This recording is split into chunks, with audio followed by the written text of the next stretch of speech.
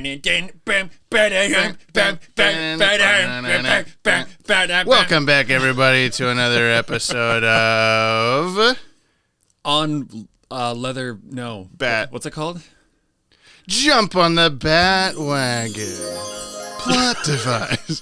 I like how you like cranked into that one and realized Jump on the Bat-Wagon. Yeah. Oh wait, this is the. Yeah, surely you're looking for the jump on the Bat-Wagon, starring James and Brian. And I'm Brian. And I'm James. I'm James. This is the show where we watch through the entire DC animated universe from start to finish.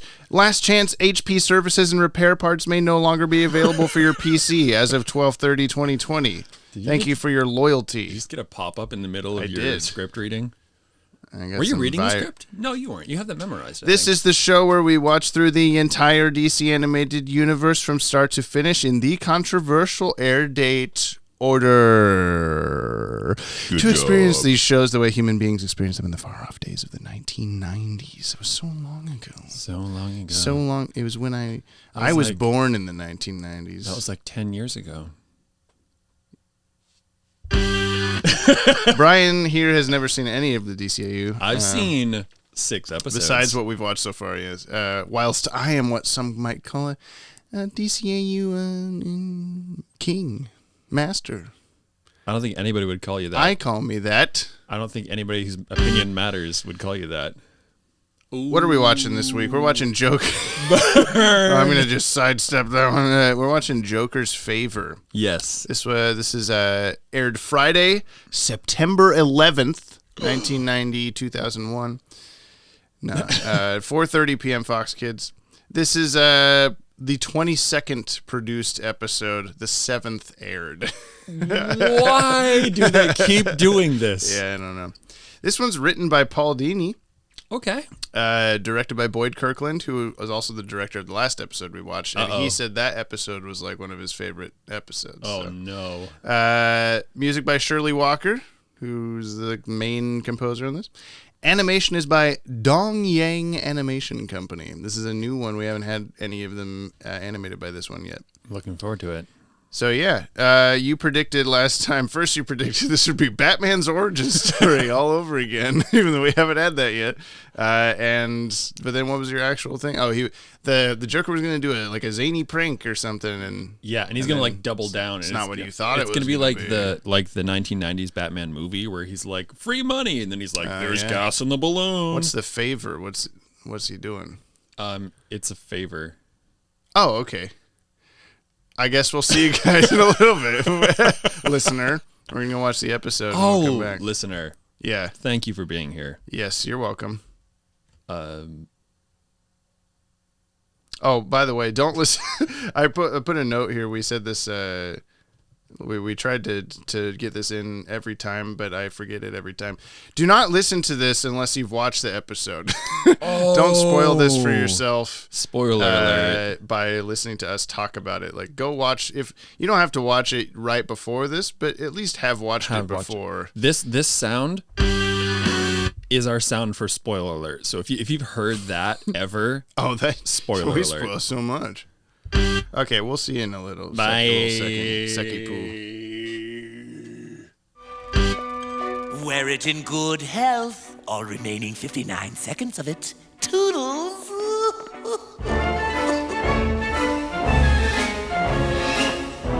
Wait, you promised to send me home. I never said alive.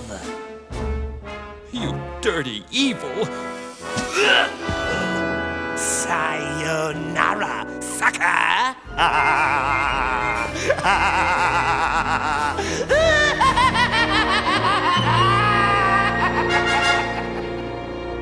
Hey, sexy Brian. Hey.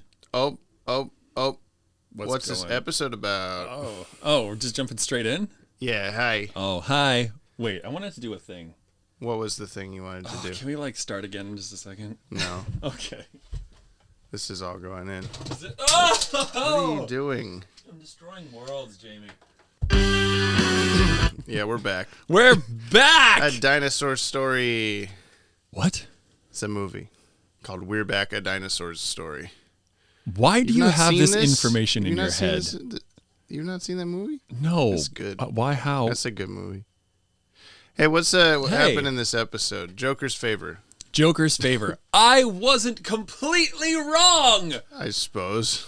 I mean, he was like, the cake was a prank. Joker did a prank is pretty, like, universally going to be a thing. So. But I didn't guess it was going to be Batman's origin story.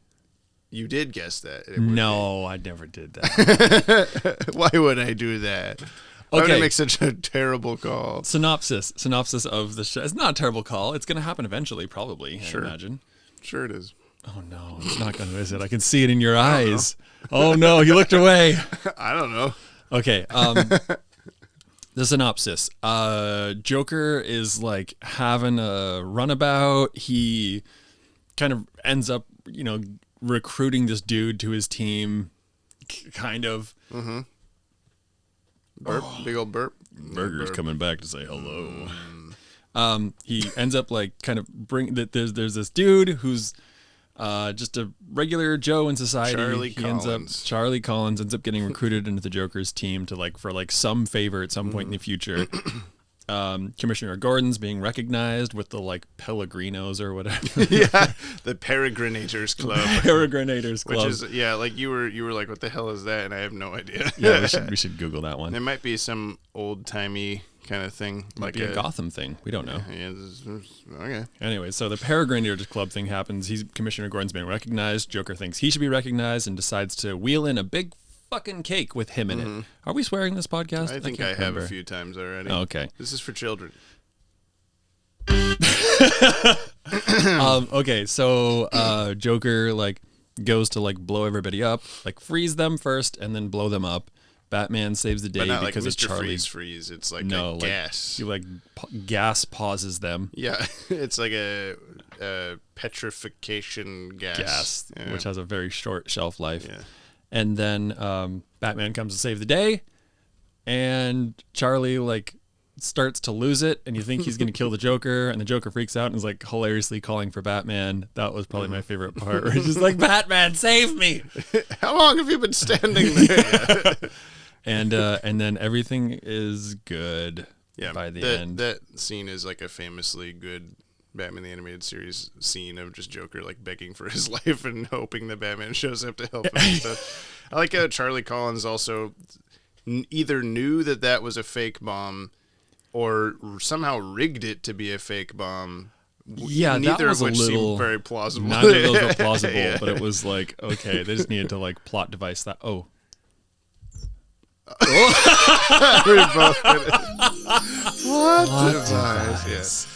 They plot device their way through it, but that was a good episode. Good episode, yeah. Solid episode. How was that description? Was that a nice succinct? Yeah. Succinct. Sucked. Sink. I sucked a sink. That's what it is. That's how you remember. That's how you remember. Oh, okay. Yeah. You were talking before we started watching. You're like, oh, I've heard everyone tell me Mark Hamill Joker is the best thing ever. Blah blah blah. And you're like, oh, I'm excited to see it. And I thought I was thinking to myself, is this a good Joker episode? And yes, the answer is yes. But I was trying to compare it really rapidly in my head to all the other Joker episodes and stuff. Because I was thinking oh man, what if he watches this and goes oh, my expectation was so much higher for the Joker or something. Because this is I think I may be right. Yeah, this is the 4th Joker episode produced, but the first Joker episode aired. Nice. So you should have, in quotations, seen Joker a few times by now already. But I think it was interesting that this is the first Joker episode aired because it's also the first ever Harley Quinn appearance. This is she was made for this episode. Really? Yeah. Paul Dini created her for this episode. Did he? Do you know if he had further plans? Because she has a very strong let's throw this chick in. Yeah.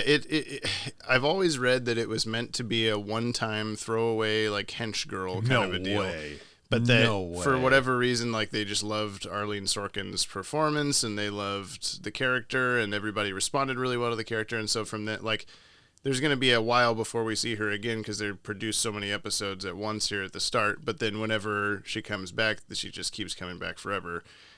it does seem kind of hard to believe, only because she's like a huge presence in this, and she's like, why would you spend so much time designing this and casting the person and all this stuff, and if it wasn't going to, if you didn't at least think to yourself like this is going to be a big hit kind of a deal. That's the thing for me, like it doesn't seem like it could possibly be an inconsequential character, because like you have those two guys, like those two henchmen. Yeah, those are inconsequential characters. If like she's got so much. Level, she's got so many like specific camera angles. Yeah. She's really highlighted in that. Mm-hmm. There's no way that she was just like, this is just a one-off character. That's just what is supposedly the case. But Paul is a liar. Let's talk about the TV guide description of this episode. Yes. Official synopsis. Charlie Collins, a nondescript accountant. Did we ever find out he was an accountant? No, I think he said a couple times he like didn't get the raise. He had a boring job or something. Yeah. Accidentally runs afoul of the Joker. Pleading for his life, the run-of-the-mill everyman promises the Joker anything if he will only let him go. The notion amuses the Joker, who makes Charlie promise to do him a favor. If Charlie refuses, his family will fall prey to the Joker's thugs. The favor? Charlie must distract the Batman while the Joker infiltrates a testimonial dinner for Commissioner Gordon to plant a bomb. But the worm turns when Charlie... What does that even mean? Is that a phrase? The worm But the worm turns when Charlie decides he's had enough and takes on the Joker man to man. I've never heard this before in my life. Is it calling Charlie a worm that he turns on the Joker? Because he wasn't ever really aligned with the Joker. I don't know. Anyway, yeah, that's it. No, that's it. Takes on the Joker man to man. I definitely higher up there. That's a Full Metal Alchemist thing. Oh, that's right. Okay. He's pointing at a sticker on my. He thought I had a satanic ritual symbol on my I thought you had a water bottle. Slipknot sticker. Oh, close enough. But yeah, that does kind of look like Full Metal Alchemist. Anyway, it would be kind of because it is from that. Yeah. It would kind of look like that because I had to bump the microphone on my way there. Let's talk about the cast. This is Kevin Conroy as Batman. Bob Hastings as Commissioner Gordon. Robert Costanzo as Detective Bullock. Get up on the Hydra's back. Ephraim Zimbalist Jr. as Alfred, who was barely in this episode. But he was in it. Yeah, I liked that inclusion of the like proto bat signal kind of a deal, like that was genius, which is cool, but also like I like how Alfred saw a bat-like object in a window and went, I believe that's for you or whatever. Like, so obviously someone's trying to get a hold of Batman. Otherwise, why would a bat thing ever exist anywhere else? Wait, quick aside. What's the get up on the Hydra's back? What's his name? It's from wait, what? Well, what's it? Yeah, I can't remember what it's from, but what's also his name? The quote's from Kingdom Hearts. Okay. Detective Bullock.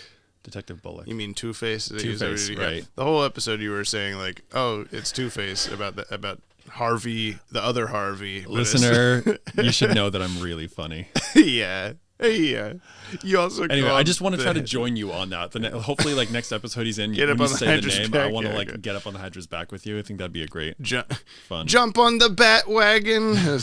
Jump on the Hydra's whack. No, that's what the podcast is called. Oh, is that what it's called? Ed Begley Jr. as Charlie Collins. He also played Germs in Feet of Clay. They're like, oh, I can't touch the door. I have to use a napkin. Very different like voice he went with this time. Yeah, that's awesome. You can barely tell. He's got a range. He's also he plays the Riddler's boss in Batman Forever. I don't know if you have any memory of this. That was my favorite part. Yeah.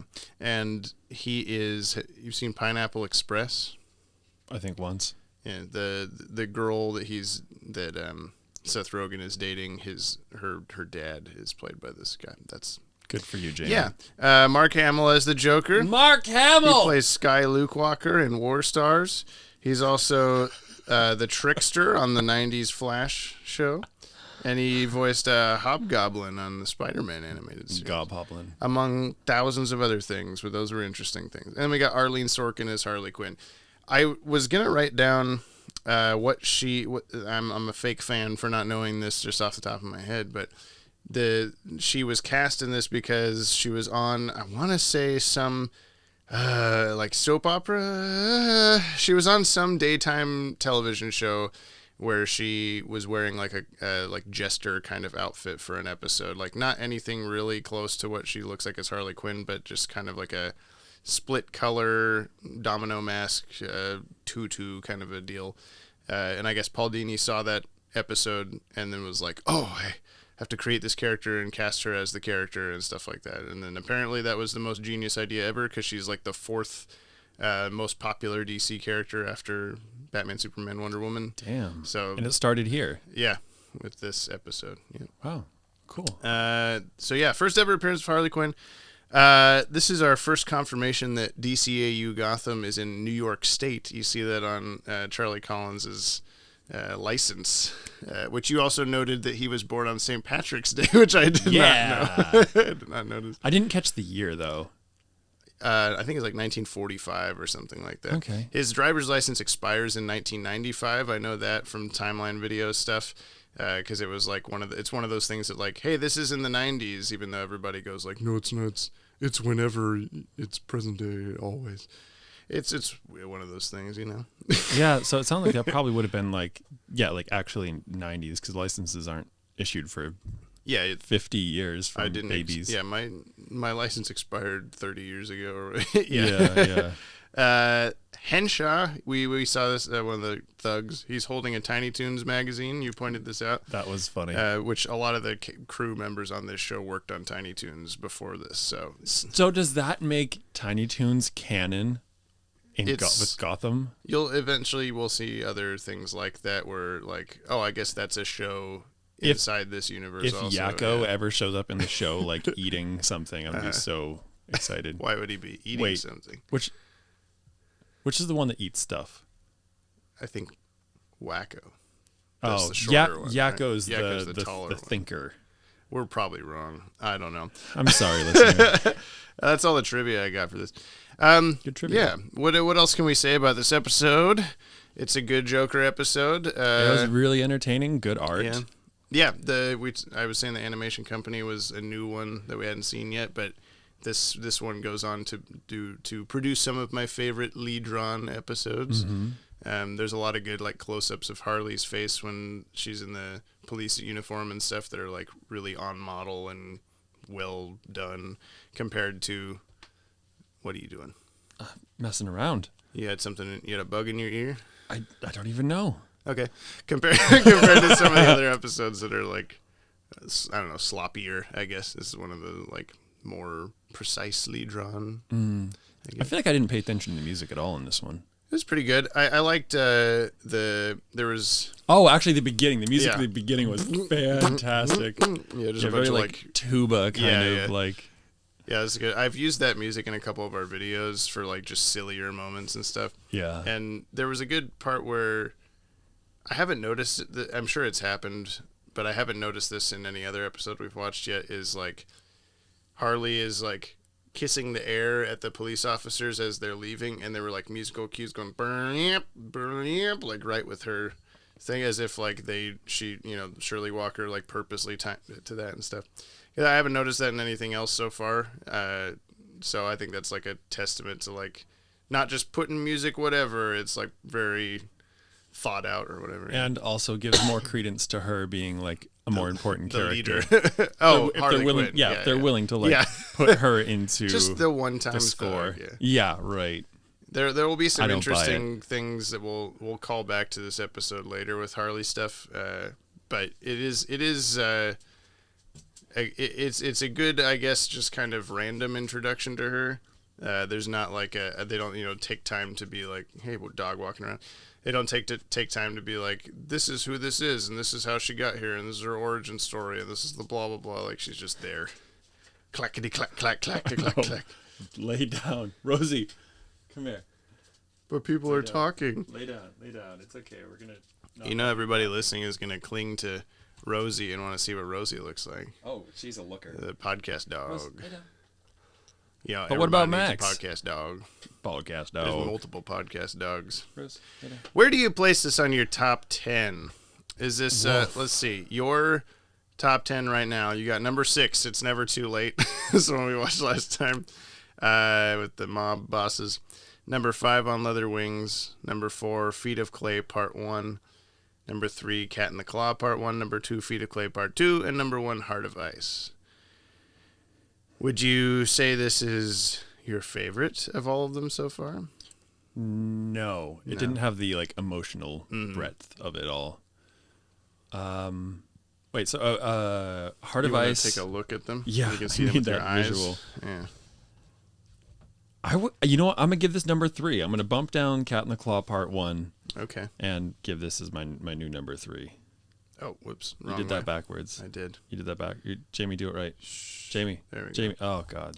And then let's see. For me, I've got It's Never Too Late in last place. Also, Cat in the Claw Part 1 at number 5. Feet of Clay Part 1 at number 4.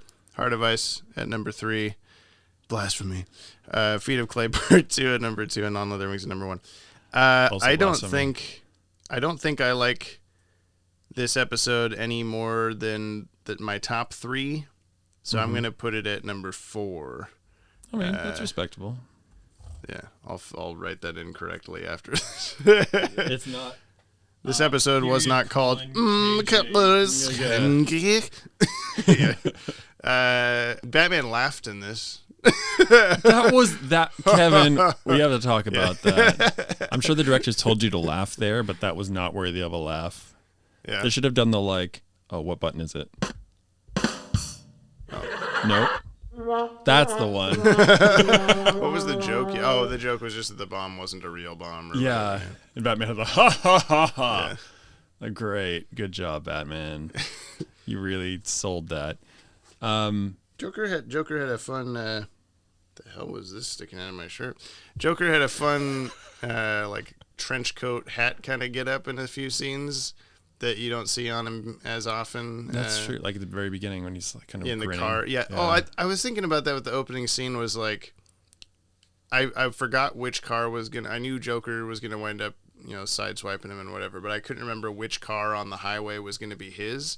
And the car that he's driving is like a station wagon with a bunch of luggage on top. Which makes me think that he probably like killed the person that was actually driving that car and then stole the car, like a family or something, because it's like what's he got up there? A lot of stuff. Did he escape Arkham with a bunch of things? Yeah, like a knapsack full of running away objects. Mom, I'm taking the toaster. I guess that's it. They don't talk about like where he came from. He's just kind of there on the highway. Well, I think at the start when Charlie's just in his car grumbling to himself, and you hear like a has escaped Arkham Asylum for the evading police. Oh at wow! This time, yeah. Okay. Good point. But I don't remember actually if they said Arkham Asylum or. If Here's a question. Yeah, here's a question I have. It was How fast is the Batmobile? Miles per hour. The cops go like flying by. Mm-hmm. The Batmobile goes flying by, and like pulling up the rear is the Joker. Yeah, I guess he. Where are they going he toward? Evaded them. Maybe they had like a tip, like the Joker's somewhere on the highway. Get everybody involved. Yeah, but he's like, I'm inconspicuously. Maybe it's because he was driving his like purple Joker car or something, and then the Joker mobile. Yeah, the Joker Nacile, and just decided. Like to switch cars, he faked him out. They don't know which car he's in anymore. I guess that's another example of Batman being absolutely useless. Yeah, did he? Okay, we should have like did Batman have a point to be in this episode? I mean, I guess he stopped the police from exploding was his main thing in this. So like, he didn't track down the Joker 2 years before the main events of the episode on the highway. He didn't.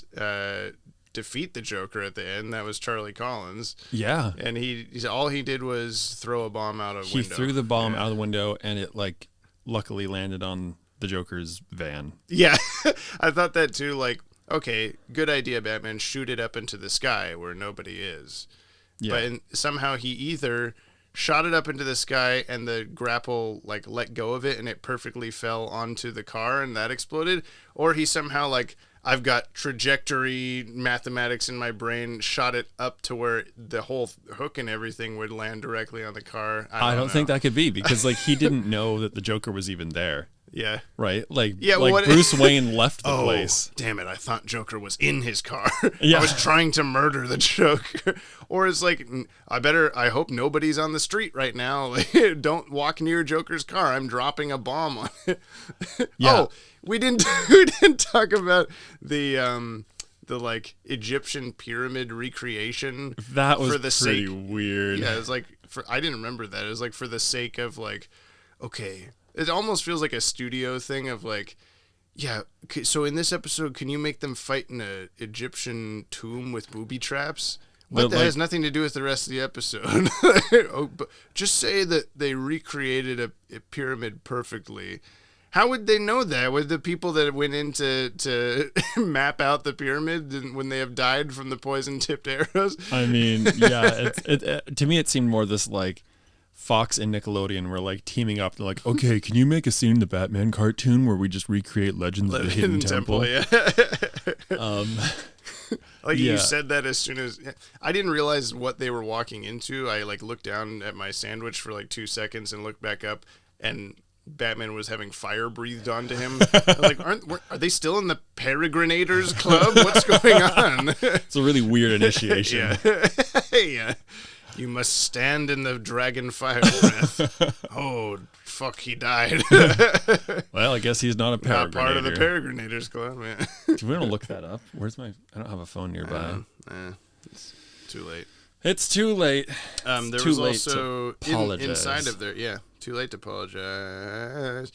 There was the trap door full of spikes that Batman, like Spider-Man, clung to the back of somehow. No, and you're like, that's not how physics works. Well, there's the fact that he's like hanging underneath, and then Batman somehow manages to like. He did like a really quick like sit up or something to smack the. I love that you're like trying to like physically like pantomime this to the listener. Yeah, you can see. He did this.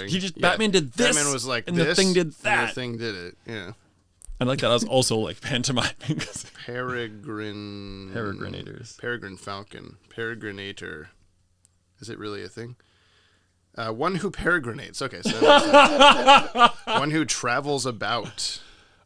That is such oh my god. A traveler, a wanderer. Okay, so rich people who go places, I guess, is what that is. It sounds to me more like a hobo, like traditional hobo. I mean, why would they have Commissioner Gordon's like cool party at? Have you seen his hair? Hobo Club. Was it this episode or the last one? Last one. Yeah, where he was like, Commissioner, what's your hair look better on TV or whatever? It looks like a fucking ice cream cone. He's a styling dude. Yeah. He just got that very like classic like I've got the wave hair and everything. No matter which direction I turn, my hair is always perfect. I like that sometimes it kind of like they give him a little bit of wave so it doesn't look like a frozen goose the whole time. That was also last episode where the TV said like commissioner. Like commissioner. Only one S in the thing. Yeah. There's a lot of weird spelling things in these, but I'll just chalk it up to that the people animating it don't speak English, so or write English at least. So it's not like how did that happen? I think there's a really good chance even like foregoing like English not being the animator's potentially first language. I think a good portion of people would probably misspell commissioner. Oh yeah. Especially I know how to spell it from how many times I've spelled Commissioner Gordon in things. Yeah. But that's the same reason I know how to spell half the words I know how to spell is Watchtower database websites over the years that have never been finished. Nice. Yeah. What do you think the next episode might be? What do you think the title is? That's the new game. Shit. New game we're playing. You make up the title of the episode. No. I can guess it. I can guess it. All right. Wrong.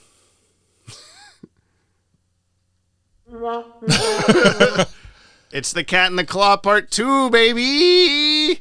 We're finally gonna get Batman's origin story. We finally get to see what happens to Catwoman after a man watched her through binoculars on an adjacent rooftop. Oh, yeah. You winked at me because it's a thing that he does in the Watchtower. I wink at you specifically every time that we. I think that's an Easter egg that nobody who watches Watchtower database but knows now we're about. revealing the Easter egg. But they don't know about it. That's true. I know about it. I don't even know why. I think it's just like that you were amused. We're just gonna gloss over that. Nobody can hear what we're saying. That's still too loud. I'm going down a notch. So Cat and the Claw Part 2. What do you think is gonna happen? I think there's gonna be another. I think you already guessed this in a previous episode, probably. Yeah. So we'll cut that in. No, we're not. I'm not going to ask you to do that. Thank you. There's going to be more cat claw effects. Oh. On the opening title card, just like the first one? I'm just saying that there's going to be more cat claw effects. No, we've had a part 2. We've had both Feet of Clay parts. We've had what do you 2 think feet. of those title cards? Do you like them? Yeah. They're just like painting things? Yeah. They're not like a normal thing to do. I guess it is kind of. It's a pretty common thing to do. Especially like 90s cartoons. Very much so for 90s cartoons. Now it's like. No. I want it to be Ash Ketchum every time. I want it to go boom, ba-da-boom, and the cat and the claw. Bum, bum, bum, You're gonna want like the who's that supervillain? Yeah. And it's got like the outline of the Joker. It's Pikachu. Fuck! It's the Joker. Fuck. Yeah. All right. So I guess that's what we're watching next time. Yes. And there's gonna be more cat claws. Apparently, is your prediction. Oh my god. Yeah. Listener, thank you for being here. Yes. On the jump. No, jump on the Bat-Wagon. Oh, I thought we were gonna go back and forth and do a thing. Oh, sorry. Yeah. Start over. Wait. Oh boy. Thank you, listener, for tuning in to. What, you want me to say it now? Jump on the Bat-Wagon. I almost stopped it. I almost stopped at wag. Do it. Try it again. Thank you, listener. No, start of the thing. Thank you, listener. No, the start of the title. Thank. No. What's the title of the podcast? It's that really. What's that really long one again? The Brian and James. Yeah. Yeah, you know what it is. Oh, man. James and friends try to turn friend Brian into a DC Animated Universe fan, or DCAU for short. Well, they think of a better acronym for the title because the acronym is as long as the title, and Something Unlimited and Something Beyond has been brought to you by the Watchtower Database. You can email us, podcast@watchtowerdatabase.com.